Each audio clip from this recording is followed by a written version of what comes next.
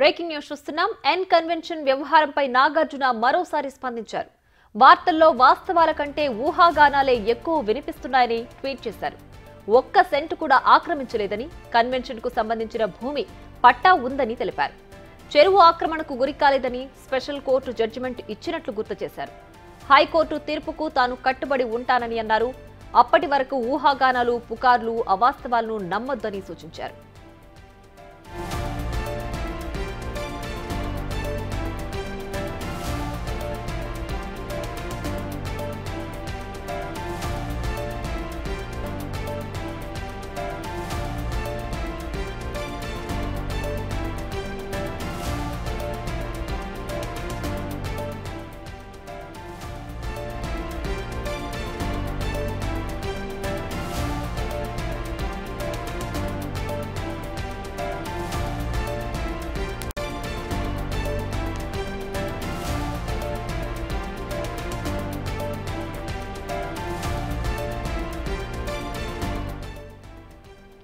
N convention వ్యవహారంపై నాగార్జున మరోసారి స్పందించారు.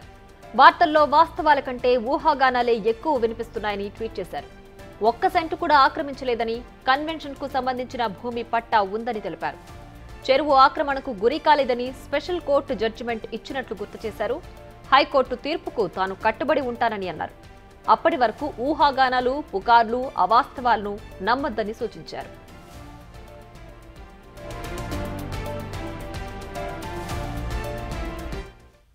మరింత సమాచారం మా associate input editor Nagesh phone line అందిస్తారు. నగేష్, చెప్పండి. నాగార్జున మరోసారి స్పందించారు. స్పెషల్ కోర్టు జడ్జిమెంట్ ఒకసారి గుర్తు చేసుకుంటూ హైకోర్టు తీర్పుని గౌరవిస్తానని కూడా చెప్తున్నారు. సో అప్పటి వరకు ఊహాగానాలు ఇలాంటివి నమ్మొద్దని కూడా కోరారు. సో దీనికి సంబంధించి పూర్తి డీటెయిల్స్ ఏంటి? నిన్న కొంత డ్యామేజ్ అయినట్టుగా కనిపిస్తుంది. ఎందుకంటే ఆయన తెలుగు రాష్ట్రాల్లో ఆయనకు క్రేజ్ ఉన్న హీరో. సో ఈ క్రమంలో ఐపీఎల్ ని బఫర్ జోన్ ని ఆక్రమించి ఎన్ కన్వెన్షన్ నిర్మించాడని చెప్పి క్లియర్ కట్ గా హైడ్రా కమిషనర్ రంగనాథ్ తాను బయటకు వెల్లడించిన ప్రెస్ నోట్ లో క్లియర్ గా పేర్కొన్నారు. కానీ తాను ఒక అంగుళం కూడా ఆక్రమించలే అని చెప్పి నిన్న ఉదయం 11:30 ప్రాంతంలో ట్వీట్ చేశారు. హైకోర్టుకు కూడా వెళ్లారు. ఆ కేసులో పూర్వపరాలను కూడా హైడ్రా పూర్తిగా కోర్టుకు సమర్పించింది. అంత అత్యవసరంగా ఎందుకు కూల్చారన్న దానికి కూడా హైడ్రా పూర్తి వివరణ ఇచ్చింది. ఎందుకంటే ఎఫ్టీఎల్ బఫర్ జోన్ లో ఉంది. ఈ ఎన్ కన్వెన్షన్ మీద 100 కంప్లైంట్లు ఉన్నాయని చెప్పి కోర్టుకు చెప్పింది. తదుపరి విచారణ నిమిత్తం సెప్టెంబర్ 9కి కేసుకు వాయిదా వేసిన పరిస్థితి. ఇవాళ మళ్ళీ సాయంత్రం పూట ఎన్ కన్వెన్షన్ కు సంబంధించి వస్తున్న వార్తల్లో వాస్తవం కంటే ఊహాగానాలు ఎక్కువ వినిపిస్తున్నాయని చెప్పి తన ట్వీట్ లో మళ్ళీ పేర్కొన్నారు.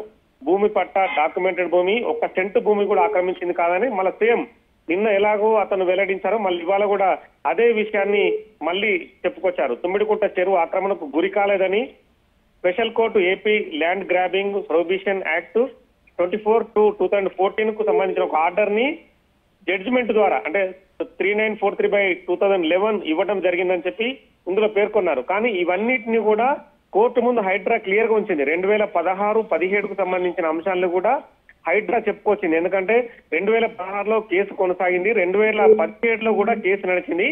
కానీ ఇవన్నీ కూడా వన్ సైడ్ జడ్జిమెంట్ ఎక్కడా జరగలేదు, అవన్నీ కూడా పెండింగ్ లో ఉన్నాయని చెప్పి హైడ్రా ప్రస్తావించింది. కానీ ఇక్కడ మాత్రం మళ్ళీ విరుద్ధంగా నాగార్జున మళ్ళీ స్టేట్మెంట్ ఇచ్చారు. అంటే నాగార్జున ఏంటంటే డ్యామేజ్ అవుతున్న అనే విషయాన్ని అంటే ఆయనకు ఉన్న లీగల్ వాళ్ళు కావచ్చు, చుట్టుపక్కల ఉన్న శ్రేయభిలాషులు కావచ్చు, వాళ్ళందరూ చెప్పడంతో మళ్ళీ ఈ స్టేట్మెంట్ అయితే బయటకు చెప్పడం జరిగింది. అంటే న్యాయస్థానం నిర్ణయానికి కూడా కట్టుబడి ఉంటాను, తీర్పుకు కూడా కట్టుబడి ఉంటానని చెప్పి చెప్పుకొచ్చారు. ఎలాంటి పుకార్లు, అవాస్తవాలు నమ్మవద్దని మిమ్మల్ని సవినయంగా అభ్యర్థిస్తున్నానని చెప్పి మీ అక్కినేని నాగార్జున అన్నాడు. కానీ ఎన్ కన్వెన్షన్ అనేది 2010 నుంచి 2024 వరకు వాళ్ళు ఎఫ్టీఎల్ బఫర్ జోన్ లో నిర్మాణం జరిపి ఎన్నో వేల ఫంక్షన్లు నిర్వహించారు, కోట్ల రూపాయలు కూడా గడించారు. కానీ ఒక అభిమాన హీరో ఆల్రెడీ వాళ్ళకు చాలా పెద్ద ఎత్తున పేరుంది. ఎందుకంటే అక్కినేని నాగేశ్వరరావు నుంచి మొదలుకొని వాళ్ళు తరతరాలుగా వాళ్ళ కుటుంబము సినిమా నిర్మాణాల్లో కావచ్చు, సినిమా వ్యవహారాల్లో కావచ్చు వాళ్ళు ముందంజలోనే ఉన్నారు. అంటే మెగాస్టార్ చిరంజీవి ఫ్యామిలీ ఎలా ఉందో అక్కినేని నాగార్జున ఫ్యామిలీ కూడా ఒకే యాంగిల్లో వీళ్ళంతా కూడా అంటే రామానాయుడు వీళ్ళందరూ కూడా ఒకే యాంగిల్లో ముందుకు వెళ్తున్న పరిస్థితి. కానీ నాగార్జునకు సంబంధించిన ఎన్ కన్వెన్షన్ అనేది వివాదం క్లియర్ గా కనిపిస్తుంది. ఇవాళ రేవంత్ రెడ్డి కూడా ఒక సభలో పాల్గొన్నప్పుడు ఎఫ్టీఎల్ బఫర్ జోన్ కు సంబంధించి ఎవరిని ఉపేక్షించలేదు, ఖచ్చితంగా నిర్మాణాలు కూల్చడమే. ఎందుకంటే హైదరాబాద్ అనేది అన్యాక్రాంతం కాకూడదు, చాలా చోట్ల చెరువులు కుంటలు అన్యాక్రాంతం అయిపోయి ఆ నీళ్ళన్నీ ఎటు వెళ్లాలనే పరిస్థితి కూడా హైదరాబాద్ రైట్. అంటే ఎఫ్టీఎల్ బఫర్ జోన్ లో ఉంది కాబట్టే నోటీసులు ఇచ్చి మరి హైడ్రా అధికారులు అన్ని చట్ట ప్రకారం చేశారు. కానీ పదే పదే ఒక సెంటు భూమి కూడా కబ్జాకు గురి కాలేదు అని నాగార్జున ట్వీట్ చేయడం వెనుక హైడ్రా అధికారులు చట్టపరంగా వ్యవహరించలేదనే ఆ ధోరణి అయితే వస్తుంది కదా. ఆ ధోరణి రావడానికి వస్తుందన్న ధోరణినే నాగార్జున చూపెడుతున్నారు. అంటే ప్రభుత్వం ఒక స్టెప్ వేసేటప్పుడు, ఒక నిర్మాణాన్ని కూల్చివేసేటప్పుడు చట్టబద్ధతని చాలా క్లియర్ గా ఆలోచిస్తుంది. ఎందుకంటే అడ్వకేట్ జనరల్ తో పాటు చాలా మంది న్యాయ నిపుణులు, పోలీస్ అధికారులు కూడా ప్రతి విషయాన్ని క్షుణ్ణంగా పరిశీలించిన తర్వాతనే అక్కడ కట్టడాన్ని కూల్చడానికి ముందుకెళ్తారు. కోర్టు ముందు వాళ్ళు కూడా దోషులు అవ్వడానికి స్కోప్ ఉండదు కదా. కానీ ఇవన్నీ ఏంటంటే కోర్టులో వాదనలు జరిగే విధానం వేరు, బయటకు నేను నిజాయితీ పడ్డాన్ని చెప్పుకోవడానికి వేరు. అంటే ఇప్పుడు నాగార్జున ఏంటంటే నేను నిజాయితీ పడ్డాన్ని చెప్పుకోవడం కోసమే ఎక్కువ స్కోప్ ని ముందుస్తున్నారు. కానీ ప్రస్తుతం కోర్టు పరిధిలో ఉన్న వ్యవహారం కాబట్టి సెప్టెంబర్ 9న మరోసారి వాదనలు జరగనున్నాయి. ఆ వాదనలో హైడ్రా కూడా ఖచ్చితంగా ఎఫ్టీఎల్ ఏంటి, బఫర్ జోన్ ఏంటి, నిర్మాణం ఎప్పుడు జరిగింది, వాళ్ళు ఎన్ని సంవత్సరాలుగా వాళ్ళు ఆ ఇన్కన్వెన్షన్ లో ఎన్ని డబ్బులు కూడా ఏదైతే ఫంక్షన్ల రూపేణ తీసుకుంటున్నారో అవన్నీ కూడా క్లియర్ గా ఎక్స్పోజ్ చేసే అవకాశం కనిపిస్తుంది. తదుపరి తీర్పు ఒకవేళ హైడ్రా చేసింది సమంజసమన్న తర్వాత నాగార్జున కూడా సైలెన్స్ కావాల్సిన అవసరం కూడా ఏర్పడుతుంది. Right Nagesh, thanks for the updates.